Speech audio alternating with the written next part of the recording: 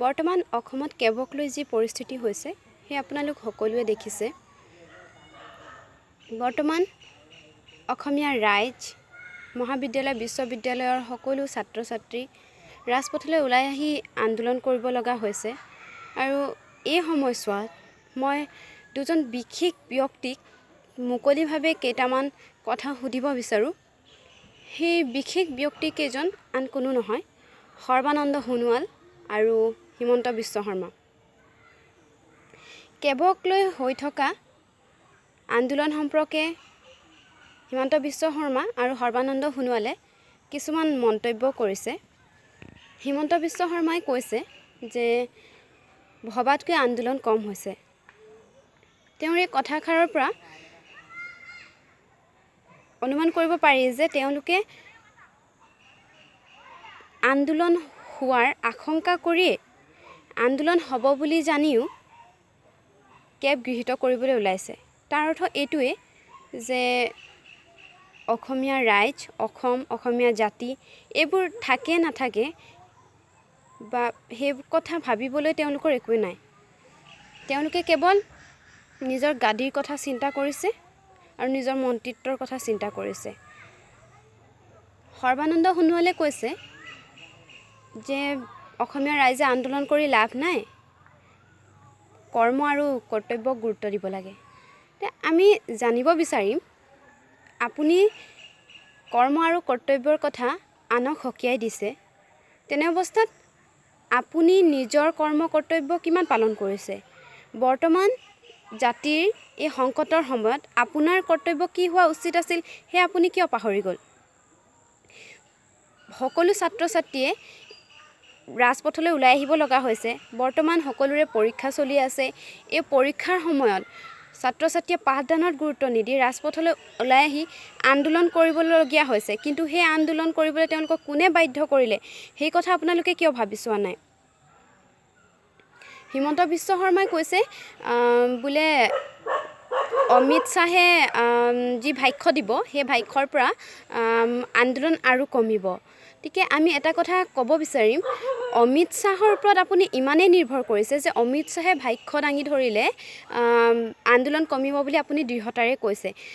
আপুনি যেতিয়া ইমানেই দৃঢ় যে তেওঁৰ ভাষ্যৰে আন্দোলন কমি যাব, তেনেহ'লে তেওঁ যিবিলাক যুক্তি দাঙি ধৰিব কেবৰ সপক্ষে, আপুনি কিয় সেই যুক্তি দাঙি ধৰিব পৰা নাই? আপুনি কিয় তেওঁৰ ওপৰত নিৰ্ভৰশীল হৈ আছে?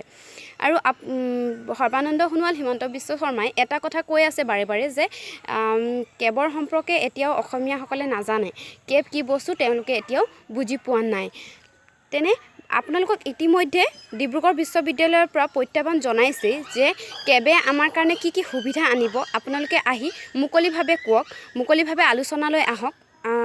আমিও আপোনালোকক সেইটোৱে প্ৰত্যাহ্বান জনাম, আপোনালোকে আহক, আহি কেবে আমাকনো কি কি সুবিধা দিব যিবিলাক আমি বুজি পোৱা নাই। আমি অসমীয়া জাতিয়ে এতিয়াও মানে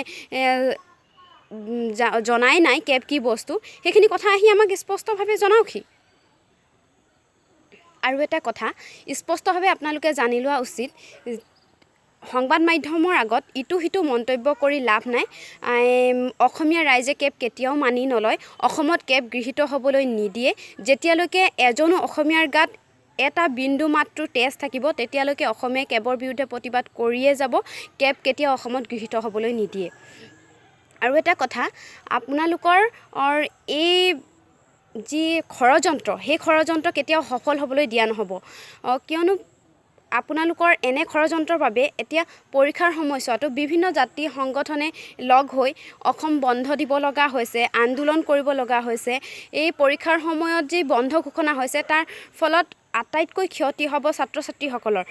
মহাবিদ্যালয়লৈ যোৱাত অসুবিধা হ'ব বা স্কুলসমূহলৈ যোৱাত অসুবিধা হ'ব, কিন্তু আপোনালোকে সেই কথা বুজিবলৈ যত্ন কৰা নাই। তাৰ অৰ্থ এইটোৱে যে আপোনালোকৰ ৰাইজক লৈ বা ৰাইজৰ কষ্টক লৈ আপোনালোকৰ চিন্তা কৰিবলগীয়া একোৱেই নাই। আৰু এটা কথা আমি আপোনালোকক স্পষ্টভাৱে ক'ব বিচাৰিম যে আপোনালোকে ৰাইজৰ প্ৰতিনিধি হৈ যে মন্ত্ৰিত্ব কৰিবলৈ যোৱা নাই, তাৰ প্ৰমাণ আপোনালোকৰ এই কেবক লৈ আপোনালোকে যি ষড়যন্ত্ৰ কৰি আছে তাৰ ফলস্বৰূপে আমি ইতিমধ্যে পাইছোঁৱেই। আপোনালোকক বাদ দি অতুল বৰা, ঋতুপৰ্ণ, তপন তেওঁলোকৰ কথাটো আমি নকওঁৱেই, কিয়নো সাপৰ দৰে ছাল সলাই থকা ব্যক্তিৰ কথাটো আৰু আলোচনা কৰি লাভ নাই। নৰেন্দ্ৰ মোদী, অমিত শ্বাহ তেওঁলোকে অসমৰ কথা নাজানে, অসমীয়া জাতি সংস্কৃতিক নিচিনে, কিন্তু সৰ্বানন্দ সোণোৱাল, হিমন্ত বিশ্ব শৰ্মা আপোনালোকেতো অসমৰ কথা, অসমীয়া জাতি সংস্কৃতিৰ কথা ভালদৰে জানে। তাৰপিছতো আপোনালোকে কেব সমৰ্থন কৰিছে, কেব গৃহীত কৰিবলৈ ওলাইছে। কিন্তু এটা কথা জানি লওক, অসমীয়া ৰাইজে যদি জাতীয় নায়কৰ সৃষ্টি কৰিব পাৰে, তেনে অসমীয়া ৰাইজে জাতীয় নায়কক উফৰাই পেলাবও পাৰে। গতিকে আমি যে কোনো পৰিস্থিতিতে কেব মানি নলওঁ, অসমত কেব গৃহীত কৰিবলৈ নিদিওঁ, এইটো স্পষ্ট কথা।